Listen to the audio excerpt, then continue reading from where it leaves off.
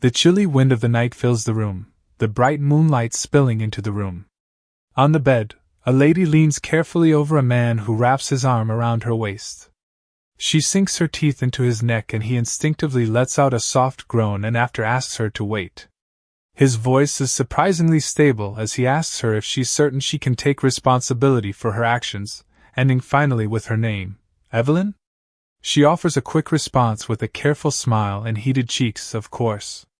She rubs her hand over his chest and heat surges through him, his breath growing hotter, as she promises to take responsibility. He gets on top of her as her final words come, "I'll take responsibility, so don't stop." The next morning, the gentle rays of sunlight radiate throughout the room. Underneath the sheets, their legs are tangled, a gentle reminder of the passion they'd shared together the previous night. His arms wrap around her tightly, almost as if to stop her from escaping, and she half asleep mutters, "Babe, I can't breathe." The next minute her eyes snap open, unable to believe she just called a strange man babe. She takes a careful look at the man laying asleep beside her, and a gasp involuntarily escapes her lips. She questions her sanity, wondering where the man beside her had come from. However, faced with his porcelain-smooth skin, those firm muscles and lastly those abs, the results were clear already. It was a fight she couldn't win even in her sober state, so it was no wonder her barely conscious self wouldn't have been able to escape. She pulls herself together, and rolls out of his tight hug, calling herself crazy as she puts on her clothes, reminiscing on how she'd had a one-night stand with a complete stranger. She glances around searching for her underwear, and she spots it on a table ahead. Up until that moment, far from ever kissing a man, she'd never even been on a single date. But now her underwear sat carelessly on a table. As if that wasn't enough, it was torn to shreds, leaving her to wonder what kind of beastly act she could have committed the previous night. Her body now felt as though it had been trampled. The current state of her hair was like that of a bird's nest. She presses her eyes shut in disbelief, and without wasting any more time she decides to make a run for it. However, she'd done the reasonable thing and dropped a note, which read, "I had a wonderful night, thank you, please get home safely. My name is Evelyn Florence." She was merely the daughter of a lowly count. As a mere extra in that world, her only goal was to live out a long, peaceful life. Or so it should have been. In a new scene she sits almost like she's been caught as a man's voice rings out angrily in the background, repeating the words she'd written in the note. "I had a wonderful night, thank you, please get home safely?" He displays the note, holding it with 2 fingers. His legs are crossed, and the irritation evident in his facial expression. His blood-red eyes locked onto her, his brows furrowing as he demands to know what on earth the note she'd left behind meant. On the other hand, Evelyn sits uncomfortably, unable to utter a single word in response, crashing from the weight of a single night's mistake. She furrows her brows, her lips bent downward as she ponders on everything. If she was being honest, her past life memories suddenly flooded back a few days ago, and she realized that world was identical to the R-rated romance novel she'd read in her previous life. A story that begins when the heroine, Princess Reina, appears at the birthday gala for the Crown Prince Ian. However, the reason why a standard romance was slapped with an adults only rating was because of the novel's most notorious psychopath and final boss, Duke Kale-Hardian. A man who falls for the heroine at first sight and commits all kinds of atrocities like kidnapping and gaslighting without a second thought. A person who unhesitatingly commits crimes too unspeakable to even mention, truly a wicked bastard. He is so obsessively possessive that any extra who even looks at the heroine wrong is sent straight to the gallows. As a lowly extra she'd sworn she wouldn't let so much as a fingertip touch the main trio. However, she presses her eyes shut, forcing herself to remain composed as she realizes the abs she totally obsessed over the previous night belonged to the psycho villain. Her gaze lingers on the man in front of her, his red eyes so mesmerizing they were enchanting, yet somehow they made one's blood run cold. She breaks the silence, her voice faltering as she asks how he'd gotten in there, but he responded dismissively. He responds saying she obviously knows how he'd gotten in there, calling her an idiot, and she apologizes, admitting she made a mistake. The next minute he drops his teacup, his voice a chilling calm as he repeats, "A mistake? She's confused, but he simply tells her he was asking her to clarify exactly what mistake she believes she made. Her mind drifts to the previous night. She'd attended the gala with her fiancé, Edwin. Since her conservative parents were away in the south to see her brother off on his travels, she decided to take the chance and stay out late for once. But what she never imagined was seeing her fiancé's bare backside pressed against another woman's in the royal gardens. She called off the engagement on the spot, and in a fit of spite she went home and downed a glass of whiskey. She'd laughed it off, thinking it was for the best since there was no love between them anyway, but her memory cut off right then. She speaks again, but this time she apologizes, admitting she couldn't recall a thing from the previous night, and adds that it was, after all, just a one-night fling. But the Duke's angry voice startles her once again as he asks, "A fling?" She asks what about a night consolation, but he just asked even angrier this time if she does offer consolation. He steps forward without restraint, mentioning how she'd lured him in with sweet words and afterwards had her way with his body. And after calling his name so intimately the previous night, the minute they step out of bed she acts as though she's finished with him. He asks with a bitter scoff what kind of behavior that is. Fearing his wrath, she apologized once more and added this time that since it was her overstep, she'll provide whatever compensation he requires. He immediately pulls out a document, a sigh escaping his lips as he agrees they do it that way. He tosses the document to her, and her eyes widen the minute she reads the title, The Oath of Honor. Party A, Evelyn in return for taking Party B's. Virtue agrees to become Party B's lawful spouse, and as Duchess Party A shall remain faithful to her marital duties with Party B until the day she dies, with a courtship period of 1 month. Dazed and visibly baffled, she asks if the wedding will happen in a month. She glances down, noticing the signature on the document, and realizes the document had already been signed by both parties. Across from her, the Duke begins to speak. He mentions that it was the purity he preserved for the woman who would become his wife, and since he surrendered it to her, naturally, he assumes she's prepared to take the appropriate level of responsibility. In that instant, a dark, ominous premonition flashed through her mind. She was now dead meat. He would definitely kill her. With everything now laid bare, he concludes that they proceed with the formal parents' meeting in 2 weeks. She doesn't respond, rather her eyes are fixed on the document in her hand. No matter how she looked at it, it was definitely her handwriting, but she couldn't remember ever signing anything like that. The next minute her clueless voice fills the room. "Do you mean that? You want to get married just because we spent a single night together?" The Duke, maintaining his composure, simply asks if she believed he would have given up his body for nothing in return. She protests, saying she doesn't believe a relationship based on compensation is right, and the Duke shoots back, claiming he's the one who gets to make such a decision. She doesn't hold back either and mentions that she doesn't recall ever signing such a document, but the Duke counters that by pointing out that the evidence remains on the document. She makes another excuse, and brings up how her parents were currently away from the manor, but he doesn't budge. He mentions that the Count and Countess would return in 2 weeks, and says he doesn't think it is an unreasonable schedule. Having lost all hope, she decides to finally be honest. A tear settles perfectly on her eyelid as she explains that in truth it hadn't been long since she's broken off her engagement with her previous fiancé, and if she was to suddenly bring home another man and say she was getting married under those circumstances, her parents might kick her out to a convent, and the rumors about her in society will also get really bad. The Duke asks her what she's trying to say, and she suddenly mentions a cancellation of the contract. However, meeting his vexed gaze, she quickly changes her words and insists she wasn't trying to do something as shameless as suggesting that. Then she suddenly mentions dating. She tells him she'd like them to have a dating period first. The Duke calmly points out that he'd already written that in the clause, a 1-month dating period, but she interrupts, claiming month is too short.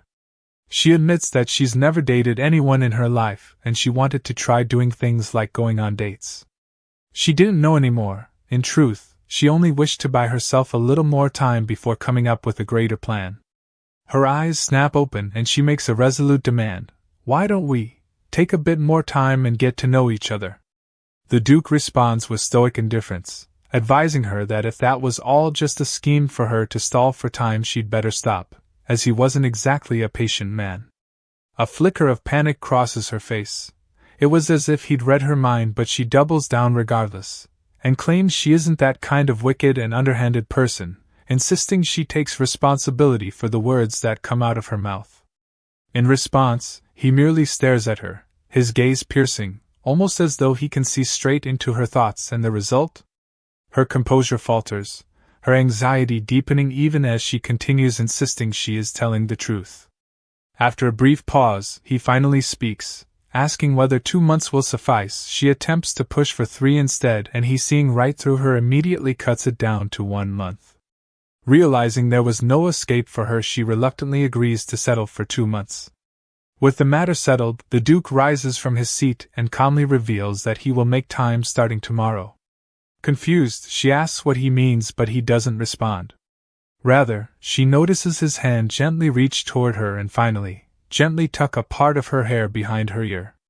Heat surges to her cheeks, her mind unable to process the sudden shift, and her words catch in her throat the more she tries to speak. Her voice is unsteady, her thoughts spiral, before she finally manages a single word. Duke? He leans over her, his voice dropping dangerously low as he asks if it wasn't meant for the time for them to get to know each other. His lips spread into a smile, progressing to a smile as he studies her flustered reaction, coolly pointing out that she was the one who asked for it in the first place. Only then does she finally understand, but even so, her mouth remains agape in shock. Later that night, she sits on her bed with her face pressed into her pillow. A sigh escapes her lips as her mind races in fear of how she'd landed herself into trouble. Instead of canceling the contract, she's even landed herself with a date. Kale Hardian. In the original story, he'd chosen a suitable woman to act as his lover to fundamentally block annoying marriage proposals. However, that contract lover with name wasn't even mentioned in the novel was killed by the Duke once he decided she had outlived her usefulness, when Princess Reina appeared. And currently she'd taken on that role as a result of a one-night mistake. A voice suddenly snaps her out of her thoughts, asking if she is still acting like that. She turns her head to find her maid, Emily, demanding to know what had happened between her and the Duke, especially since she had only arrived at the manor that morning.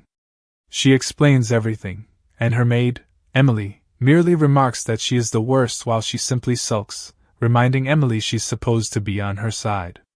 Emily in response only repeats how she had promised to take responsibility yet abandoned her one-night partner in bed. However, Evelyn simply insists she was drunk and did it without realizing it, saying she didn't even remember signing the contract. Her maid stares at her in silence before finally asking what she plans to do.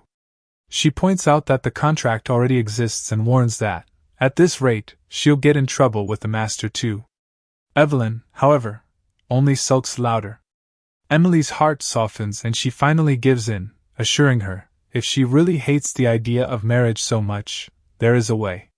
She asks how, and Emily responds that she just has to get dumped first by the Duke. She is shocked at the suggestion and quickly praises Emily, calling her a genius. Emily suggests that their first course of action be observing the Duke during the first date the next day, noting that they were bound to find something he disliked. The next morning, Emily prepares her for her date, gently brushing her hair when a voice from outside suddenly calls out to her. Without hesitation, the attendant informed her of the arrival of the Duke.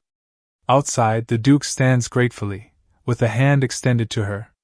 On the other hand, she accepts his kind gesture with strong resolve, telling herself the plan is perfect. As he helps her into the carriage, she silently recites in her head, "Just you wait, I'm going to uncover every single detail about you and I will get this engagement broken no matter what." However, before she could finish, the Duke's voice startles her. He carefully tells her that isn't her seat. She stares at him in confusion, asking where she should stay, but he simply takes her hand. He pulls her onto him and calmly says, "Over here." She's left speechless by his sudden brazen attitude. She forces herself to speak and asks why he's doing that all of a sudden, but he, like melting ice with sweetness, only asks if perhaps it is uncomfortable. She softens and responds saying no. She adds that his chest was so wide that it is comfortable, but doing that already was a bit. But before she can finish, the Duke interrupts with a teasing tone, mentioning that she seemed to like it. She's confused, but his voice suddenly drops to a whisper, his warm breath grazing her ears, leaving her barely holding on as he reveals finally, being on top of me. You liked it then, didn't you? Evelyn. She freezes in disbelief, but the Duke doesn't end there. He leans closer, tilting his head carefully as he reveals he doesn't really like other bastards seeing her either, but she cuts him off, and asks him to excuse her for a moment. He agrees, and without wasting time she immediately asks if she can be put down, but what she gets is a firm refusal from him. And then, she finally breaks. Her voice shakes as she points out how they're inside a carriage. She tells him that doing that when they were still in the getting to know each other stage seemed a bit improper. However, once she looked up at the Duke, she was surprised to find him with a smile on his face.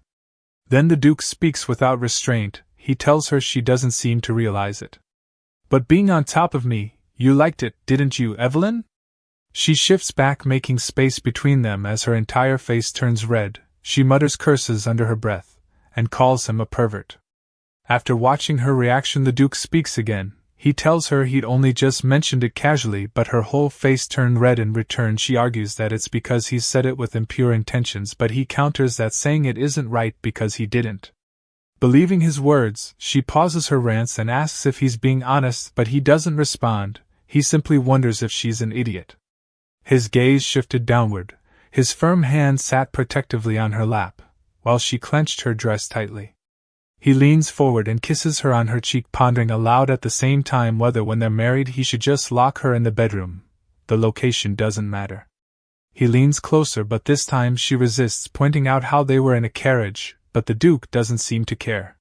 He doesn't hold back his laughter as he confirms that he is aware before asking, "Yes, I know, so stay still, don't tense up."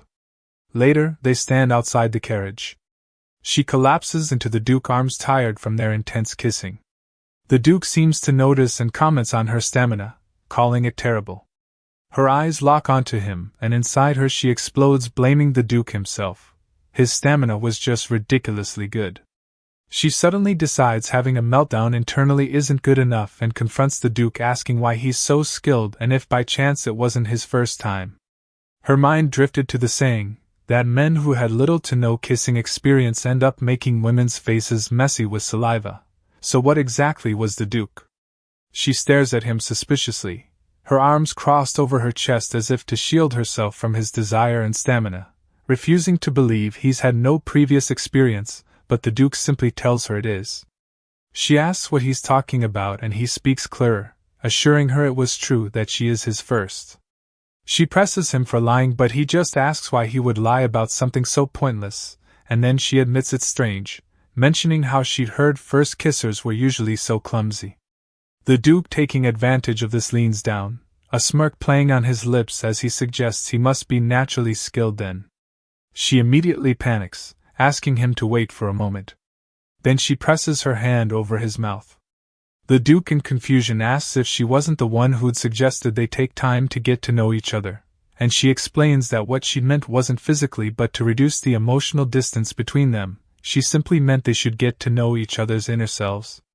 His expression shows a glimmer of hurt as she mentions that he'd clearly agreed to that, so from that day on there would be no more kissing. The Duke's voice comes small and pitiful. "But Evelyn?" And she responds. He speaks without the tiniest bit of restraint, bringing up how she'd called his name quite sweetly while she was beneath him all night. "So why do you keep calling me Duke?"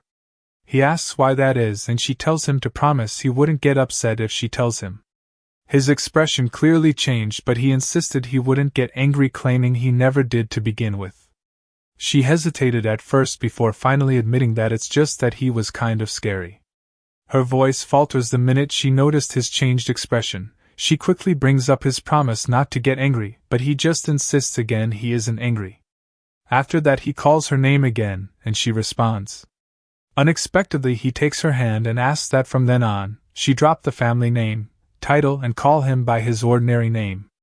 Her voice is unsteady from her hiked heartbeat as she gently assures him she'll remember that, calling him Kale. Inside her, her emotions run wild. Why did he have to be so unnecessarily handsome? And even more, how could she get her heart to stop? Her heart was pounding, but there was no time for that. Rather, she needed to figure out Kale's preferences. Then a sudden scent drifts to her, and she stares ahead at a stall selling the limited edition waffles that go on sale that day. The Duke, noticing this, asks if she wants one, but she simply rubs the back of her neck nervously, saying no, and finally admits she'll have a little. Hearing that, Emily steps forward, offering to get it for her, but the Duke just waves her off, saying it's okay and asking that the two of them rest first, adding that he'll go himself. Suddenly, Emily leans close and whispers in her ear that he is incredibly sweet, and she, as if stuck in a daze, simply asks softly, "Is he?" Her mind was, however, focused on another thing. She couldn't understand what he was plotting, if he planned to pull the classic, be nice to her first then kill her, if it all was just a carefully crafted scheme. Outside her thoughts, Emily asks why she brought her along, saying the Duke seemed like a good marriage prospect. She only insists that the thought of coming alone was scary, and Emily just doesn't understand. Maybe it's because of how loud she was, but a man in the distance suddenly recognizes her voice. She is startled when she hears someone suddenly yell her name from a distance, and she's even more shocked when she turns to see her ex-fiancé, Edwin, storming toward her, angrily demanding to know where a girl like her has been wandering. He asks if she realizes how he's been searching for her since that day, but she simply reminds him they'd broken off the engagement, insisting she has nothing more to discuss with him. The next minute he fiercely grabs her arm, yelling that she must listen to him. He insists that what happened that day was really a mistake. She lets out a simple frustrated sigh, her expression not visible until she finally raises her head, meeting his gaze with stoic indifference, her tone cold as she asks if she really looked like she cared. Caught off guard by that response, he simply stands in shock, giving her time to continue. She tells him she's done, and asks him to go ahead and live a life full of mistakes throughout his life, adding that she'd already sent a letter to her parents telling them she was breaking off the engagement. He insists he wouldn't allow it, calling breaking off the engagement nonsense, but she simply reminds him she told him she didn't want to, bringing up how he'd had the nerve to roll around with another woman at a banquet they went to together. She points a finger at him, asking that instead of watching her he'd better watch his own ass. That comment draws a lot of attention from the people around, and they begin to whisper. He asks if she's crazy, raising her voice at her future husband in public like that, and then out of frustration he mentions that it was that bastard Cale who'd begun it. Her eyes widened. She'd never expected to hear him mention Cale's name. An image of the Duke flashes in her mind, and she simply brushes it off, convinced he was simply sleeping nonsense. It couldn't have been the Duke. Edwin latches onto her, saying he finally understands why she's sulking, but a broken engagement isn't something decided on emotion alone. His eyes darken with malice as he whispers that she knows how fast rumors spread in high society. He urges her to think carefully, sneering, "Evelyn, the jilted woman," and pressing her to imagine how humiliating it will be. Suddenly, the Duke's voice cuts through the tension. He thought he heard a dog barking. He steps forward, and relief floods her eyes when she sees him. His gaze is bloodshot as he remarks aloud, a hint of menace in his tone, that a real son of a bitch was there after all. His voice is stable, mixed with a dangerous warning laced in every word as he notes, "That hand. Let go of her right now." Edwin, however, doesn't get the message. Instead, he wonders aloud why the Duke is interfering in another man's business.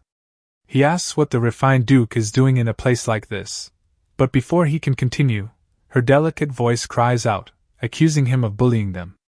Evelyn rushes behind the Duke, reporting that the man just grabbed her arm. He yelled at her and caused a scene. The Duke asks what else he did, and she doesn't hold back. She tells him he refused to break off the engagement, insulted her, claimed she'd be known as a disgraced woman, and acted so creepily while grabbing her hand. The Duke's expression remains unreadable. Then, unexpectedly, he turns to Evelyn and apologizes, asking if she'll step aside for a moment. He drops the waffles into her hands. When she asks why, he responds sharply, "Because I have something to discuss in private with young Lord Edwin Harmsworth." Fear grips her as his anger radiates from every inch of his presence. She leaves him with one simple request: just don't kill him, keep it moderate.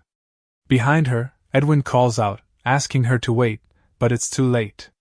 The Duke's presence is terrifying, his voice cold and controlled as he adds, I'll keep the explanation brief.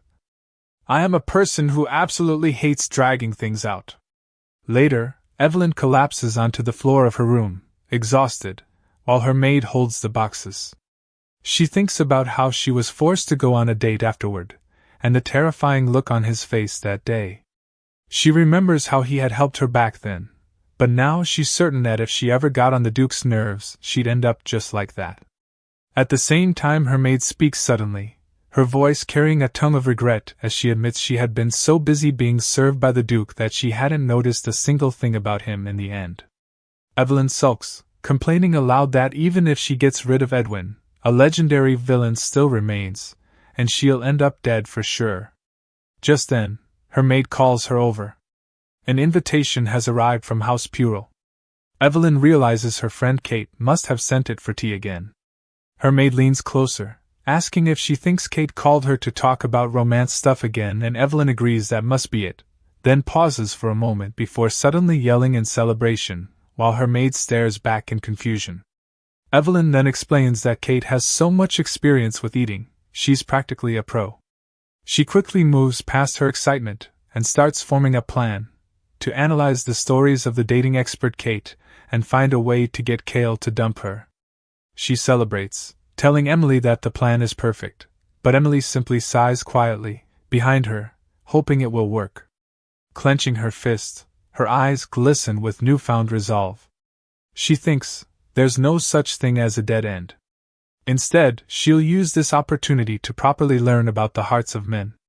The scene shifts to Kate, sobbing uncontrollably. She cries that men's hearts are impossible to understand, that the jerk dumped her without knowing his place, and that she'll curse him forever. Meanwhile, Evelyn, who'd only just arrived, simply stands there, wondering what was happening. She walks up and takes a seat, asking the other friend present why Kate is crying. However, Kate responds by herself asking if she really demanded too much. Kate sniffles, explaining that all she asked was for him to report what he eats for every meal, where he's going, who he's meeting, and ensure he speaks more than 3 words to other women at parties. Instead, he told her it was exhausting and asked what man would ever like a clingy woman. She buries her head in her palms, crying that he was so cruel. Across from her, Evelyn suddenly freezes, an idea sparking in her mind. Her friend Dorothy speaks up, telling her the truth. She explains that level of clinginess was just a love quirk between couples, adding that it can be a bit too much, and that even she's sick of it, but Kate only cries harder, asking if Dorothy is trying to comfort her or not. On the other hand, Evelyn's eyes sparkle with sudden understanding. It is clinginess, the secret to getting dumped by any man. She gently taps her palm, trying to recall all the questions Kate had asked, before finally joining in on the conversation, asking if Kate is doing okay. Her friend asks in return if Edwin is doing okay, and Evelyn nervously rubs the back of her head as she mutters a simple, "I guess." Using the excuse of suddenly realizing she had errands to run, she slips away from their small talk. Her obsessive girlfriend operation must go into action immediately. When she finally gets to her carriage, her driver asks if they should return to the mansion, but she responds with a firm no. She gathers herself first before instructing him to take her to the Duke's estate. A few minutes later, she stands outside the Duke's estate observing it. To her surprise, it seemed quite normal compared to the rumors that surrounded it. In the original novel, the rumors surrounding the House Hardion were plenty. They said the basement was a graveyard of corpses, that the former Duke spent his days taxiderming beasts, and the former Duchess bathed in the blood of virgins to preserve her youth. She'd expected every inch of the manor to be blood-curdling. Also, when the personal aide of the Duke came out to greet her, he appeared clean and kind. She'd expected someone with a more sinister face. He asks if she's there to see the Duke, and she responds saying yes. He informs her that the Duke is currently in his study, and asks if he should take her to him. Feeling hesitant, she mentions that he seems busy and asks if she should come back another time, but he calls it nonsense, revealing that the Duke gave explicit orders to bring her to him the minute she arrived. As they walk, she can't help but wonder if perhaps she dropped in too unannounced. If she began pestering him now, she wonders, wouldn't he just lose his temper? She knew what she was getting into, yet she was still terrified, Even if she had to enrage him, she still had to keep a distance between them. After all, if she couldn't break that engagement, she would be dead meat anyway. She deliberately lets the Duke's assistant walk ahead, and once he's at a considerable distance, she quickly pulls out Kitty's journal and hurries to revise her points. For her mission, obsessive girlfriend, she had to make lots of demands, like reporting his destination when leaving, contacting her during transit, listing the names of all his companions and even down to his meals. However, just as she delights in satisfaction, the Duke's personal aide suddenly asks if she has a fondness for scholarly pursuits. She asks what he means, and he points out that she seemed to be studying the notebook she held before with great fervor. She replied that it's nothing, aiming to dispel all suspicions, and admits she was only just making use of her spare moments. He then suddenly admits that he was curious to see what kind of person she was and calls it truly an honor.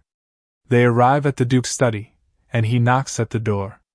The Duke gives a single response: "Enter."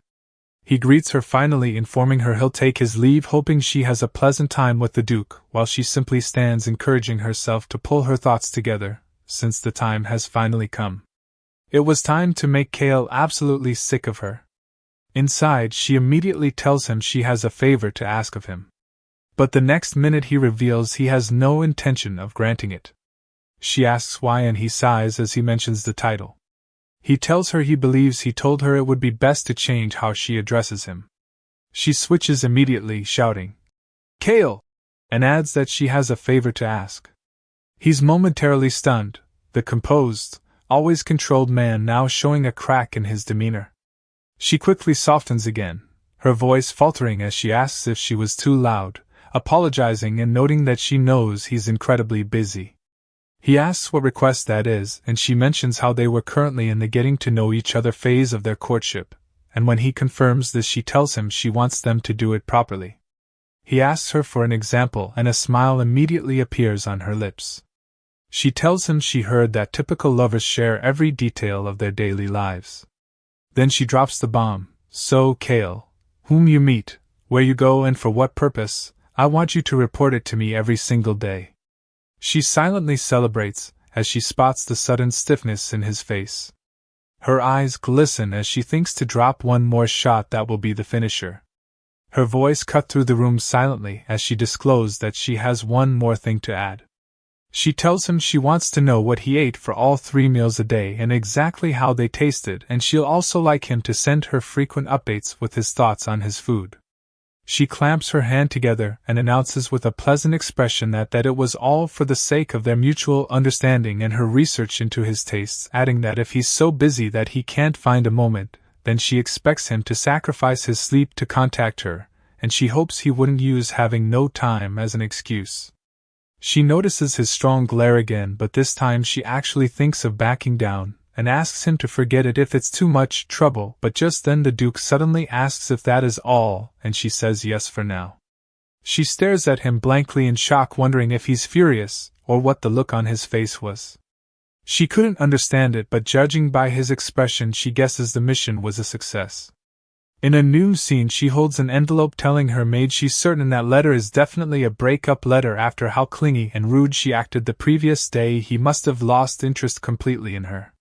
Her maid asks if he really disliked it that much, and she responds enthusiastically, mentioning that he looked absolutely stone-faced. And his response had given her even more certainty. She opens the envelope, and the first word she catches is sorry. She celebrates, thinking he's apologetic for having cancelled the engagement, and thinks she'll pretend to be a little heartbroken and reluctantly agree to the separation. However, her celebration had come too early, and in the end her mouth was agape the minute she found the content. First he began with an apology for sending her back in haste due to the Vassals' Council schedule, saying he will be sure to remember and carry out the matter she requested of him, pleading with her to not worry. He wrote that he had documented the previous day's companion location and meals in full, adding that the business reports reviewed during the Vassals' Council were also attached to it in full. She felt crushed under the weight of so many pages and words, until her maid called her attention to the last page remaining. That page contained his meal plan during the day, with precise details. At the bottom he finished saying he had received a report on ingredient origins and nutritional content from the private chef and attached it as well. He added a postscript: for smoother communication additional measures seemed necessary. He informed her he will assign a trustworthy knight as her contact, saying should she make any sudden outings word should be relayed through him. Inside her room, she yells for Emily, who helps her finish her words. She tried to remove a lump but ended up with another instead. Her maid sighs and tells her that now every move she makes will be reported through the night. Emily continues, saying that should ensure her safety, but now escaping was out of the question. Out of anger she scatters the paper in the air shouting that it can't be. But in the end her maid simply observed her in silence, thinking of how she was picking up the papers yet again. As Evelyn gathers all the papers, she spots something and instinctively asks if the Duke had bought the Western Mining District. She actually remembered that place in the original novel. Mana stones were meant to be discovered there later. The same went for the Eastern Dorian region, rumored to be barren, but actually advantageous in terrain. Kale only purchased regions that would gain high value in the future, and he made such precise judgments without knowing anything about the plot. The more she read, the more she gained interest. However, it was until she came about his evening's routine. The time was around 7 in the evening after finishing dinner and sword practice, using rose oil and a mountain-scented aroma, bathing naked in the tub. She snaps the letter shut, her cheeks burning as she exclaims. She immediately yells that that plan wouldn't work, and that she needs a stronger plan. Since the obsession strategy failed, she decided to go all out even further. This time, she'll boldly barge into an even more private space. The next morning at the Hardian ducal estate, the Duke's personal assistant looks shocked. He greets her gently, noting that she's come early. He asks if something happened, mentioning that he heard the Duke would be escorting her, and she shakes her head, saying no. Then he asks if she can wait a moment, explaining that the Duke is still in his bedroom. However, she insists on being taken there immediately, even adding a plea. In her mind, she thinks that if she barges into his room and bothers him, this time he's bound to feel overwhelming pressure. She clears her throat and announces that she'll soon become the Duke's wife after all. Without another word, he gives in, directing her to his room and noting that the bedroom is down the corridor. She places a hand on the door handle and pushes it open, immediately apologizing. I came because I wanted to see you right away. The moment she opens her eyes, she's stunned. The Duke stands before her, water dripping down his face, still in his bathrobe. He doesn't look displeased, he just stares at her blankly. Flustered, she shuts the door immediately. From outside, she calls out another apology, her cheeks burning. She presses herself against the door, thinking how she hadn't expected him to be undressed, wondering why nothing ever seems to go her way. Before she can process it further, the door is flung open, sending her stumbling forward. She panics, certain she's about to fall, but in that instant, the Duke's arm catches her. His strong arm wraps around her, holding her safely in the air just in time. He lowers her gently, but his arm doesn't release her. Her pulse races, and she murmurs a shaky thank you, cheeks burning as he whispers her name affectionately. He buries his head against her shoulder, the warmth of him pressing against her. A low question drifts from his lips, almost possessive. Where do you think you're running off to? In the heat of that moment, a question lingers in the air. Was he losing it? Thank you for watching. Don't forget to leave a like, subscribe and comment your thoughts on this video.